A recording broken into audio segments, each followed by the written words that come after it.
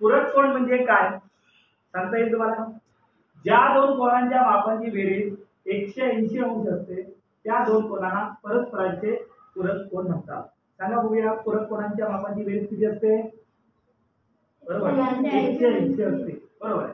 त्याच पद्धतीने संलग्न कोन म्हणजे लगतचे कोन. आपण बघतोय एकाच इमारतीत भिंतीला भिंत लागून असते आहे की नाही, आणि एक भिंतही सामायिक असते. तसेच संलग्न कोन आणि लगतचे कोन हे आपल्याला इथे दिसत आहेत.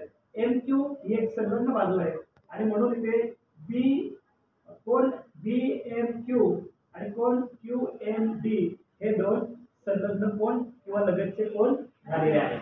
त्याच पद्धतीने कोटी कोन म्हणून बघूया आपण की ज्या दोन कोनांच्या मापांची बेरीज 90 अंश असते त्या दोन कोनांना परस्परांचे कोटी कोन म्हटलं जातं.